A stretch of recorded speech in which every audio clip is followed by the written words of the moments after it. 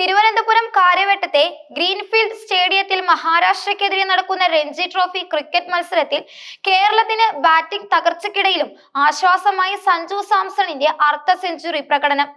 മഹാരാഷ്ട്രയുടെ ഒന്നാം ഇന്നിംഗ്സ് സ്കോറായ 239-നെതിരെ കേരളം മൂന്നാം ദിനം ഒടുവിൽ വിവരം ലഭിക്കുമ്പോൾ 4 വിക്കറ്റ് നഷ്ടത്തിൽ 110 റൺസ് എടുത്തിട്ടുണ്ട്. ഇപ്പോഴും 129 റൺസിന് പിന്നാലെയാണ് കേരളം. തന്റെ വെടിക്കെട്ട് ബാറ്റിംഗ് ശൈലിക്ക് വിപരീതമായി ഉത്തരവാദിത്തോടെ ക്രീസിൽ നിലയുറപ്പിച്ച സഞ്ജു നിലവിൽ 50 റൺസുമായി ക്രീസിലുണ്ട്. ക്യാപ്റ്റൻ മുഹമ്മദ് അസറുദ്ദീനാണ് സഞ്ജുവിന് പിന്തുണ നൽകുന്നത്.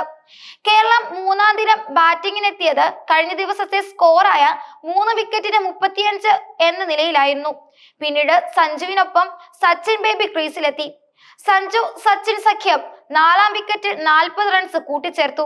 എന്നാൽ സച്ചിൻ ബേബിയെ പുറത്താക്കി രാമകൃഷ്ണ ഘോഷ് മഹാരാഷ്ട്രയ്ക്ക് നിർണായകമായ ബ്രേക്ക് ത്രൂ നൽകി. വിക്കറ്റ് കീപ്പർ സൗരഭ് നാവലേക്ക് ക്യാച്ച് നൽകിയാണ് സച്ചിൻ ബേബി പുറത്തായത്. മറുവശത്ത് സഞ്ജു സാംസൺ ആക്രമിച്ചു കളിച്ചാണ് സ്കോർ ഉയർത്തിയത്. 51 പന്തുകൾ നേരിട്ട സഞ്ജു ഒരു 6ഉം 5 4കളും പറത്തിയാണ് 50 റൺസ് തികച്ചത്. കേരളത്തിന്റെ ടോപ്പ് ഓർഡറിന് കനത്ത പ്രഹരമേൽപ്പിച്ചത് മഹാരാഷ്ട്ര ബൗളർ രജനീഷ് ഗുർബാനിയാണ്. അക്ഷയ് ചന്ദ്രൻ, അതിഥി താരം ബാബ അപരാജിത്, രോഹൻ കുന്നുമൽ എന്നിവരുടെ വിക്കറ്റുകളാണ് കേരളത്തിന് നഷ്ടമായത്. 2 വിക്കറ്റ് വീഴ്ത്തിയ രജനീഷ് ഗുർബാനിയാണ് കേരളത്തിന്റെ തകർച്ചയ്ക്ക് വഴിയൊരുക്കിയത്. അക്ഷയ് ചന്ദ്രനാണ് ആദ്യം മടങ്ങിയത്. ഗുർബാനിയുടെ പന്തിൽ വിക്കറ്റിന് മുന്നിൽ കുടുങ്ങുകയായിരുന്നു താരം. 21 പന്തുകൾ നേരിട്ടെങ്കിലും 1 റൺസ് പോലും നേടാൻ അക്ഷയ്ക്ക് സാധിച്ചില്ല. മൂന്നാമനായി ക്രീസിലെത്തിയ അപരാജിതിന് 13 പന്ത് മാത്രമായിരുന്നു ആയുസ്.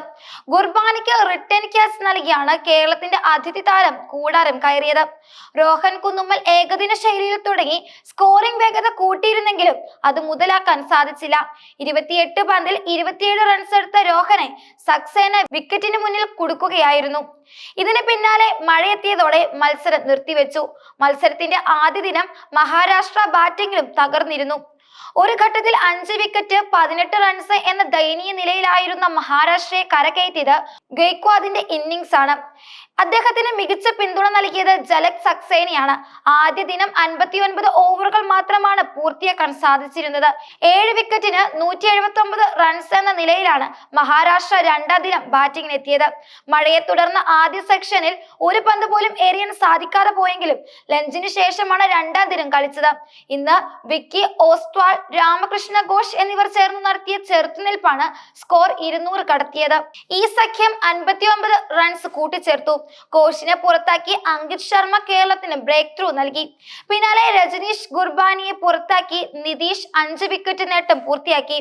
ഓസ്വാളിനെ ബേസിലും പുറത്താക്കിയതോടെ മഹാരാഷ്ട്രയുടെ ഇന്നിംഗ്സ് 239 റൺസിന് അവസാനിച്ചു. മുകേഷ് ചൗധരി റൺസ് എടുക്കാതെ പുറത്താവാതെ നിന്നു. ആദ്യ ദിനം മഹാരാഷ്ട്രയുടെ തുടക്കം ദയനീയമായിരുന്നു. സ്കോർ ബോർഡിൽ റൺസ് ചേരുന്നതിന് മുമ്പ് തന്നെ അവർക്ക് 3 വിക്കറ്റുകൾ നഷ്ടമായി. ആദ്യ ഓവറിലെ 4-ാം പന്തിൽ പൃഥ്വിഷായെ വിക്കറ്റിന് മുന്നിൽ കുടുക്കി MD നിതീഷ് തകർച്ചയ്ക്ക് തുടക്കമിട്ടു. തൊട്ടടുത്ത പന്തിൽ സിദ്ധേഷ് വീറിനെ ഗോൾഡൻ ഡക്കാക്കി നിതീഷ് ഇരട്ട പ്രഹരമേൽപ്പിച്ചു. 2-ാം ഓവറിലെ ആദ്യ പന്തിൽ കുൽക്കർണിയെ ബേസിലും പുറത്താക്കി. ഇതോടെ റൺസ് എടുക്കും മുമ്പ് 3 വിക്കറ്റുകൾ സന്ദർശകർക്ക് നഷ്ടമായി. ക്യാപ്റ്റൻ അങ്കിത് ഭാവിനെ കൂടി 0-ന് മടക്കിയതോടെ 5 റൺസിനിടെ 4 വിക്കറ്റുകൾ മഹാരാഷ്ട്രയ്ക്ക് നഷ്ടമായി. സ്കോർ ബോർഡിൽ 19 റൺസ് ഉള്ളപ്പോൾ സൗരഭ് നാവലെ കൂടി മടങ്ങിയതോടെ മഹാരാഷ്ട്രയുടെ നില ദയനീയമായി. തുടർന്ന് 7-ാം വിക്കറ്റിൽ ഋതുരാജ് ഗെയ്ക്വാദും ജലക് സക്സേനയും ചേർന്ന് 122 റൺസിന്റെ നിർണായക കൂട്ടുകെട്ട് സ്ഥാപിച്ചു. ഈ കൂട്ടുകെട്ടാണ് മഹാരാഷ്ട്രയെ കൂട്ടത്തകർച്ചയിൽ നിന്ന് രക്ഷിച്ചത്. എന്നാൽ ആദ്യ ദിനം ചായക്ക് തൊട്ടു മുമ്പ് ജലജിനെ പുറത്താക്കി നിതീഷ് കൂട്ടുകെട്ട് പൊളിച്ചു. ചായക്ക് ശേഷം സെഞ്ചുറിയിലേക്ക് നീങ്ങുകയായിരുന്ന ഋതുരാജിനെ ഏതൻ ആപ്പിൾ ടോം വിക്കറ്റിന് മുന്നിൽ കൊടുക്കുകയായിരുന്നു. കേരളത്തിനായി MT നിതീഷ് 5 വിക്കറ്റുകൾ വീഴ്ത്തി മികച്ച പ്രകടനം കാഴ്ചവെച്ചു.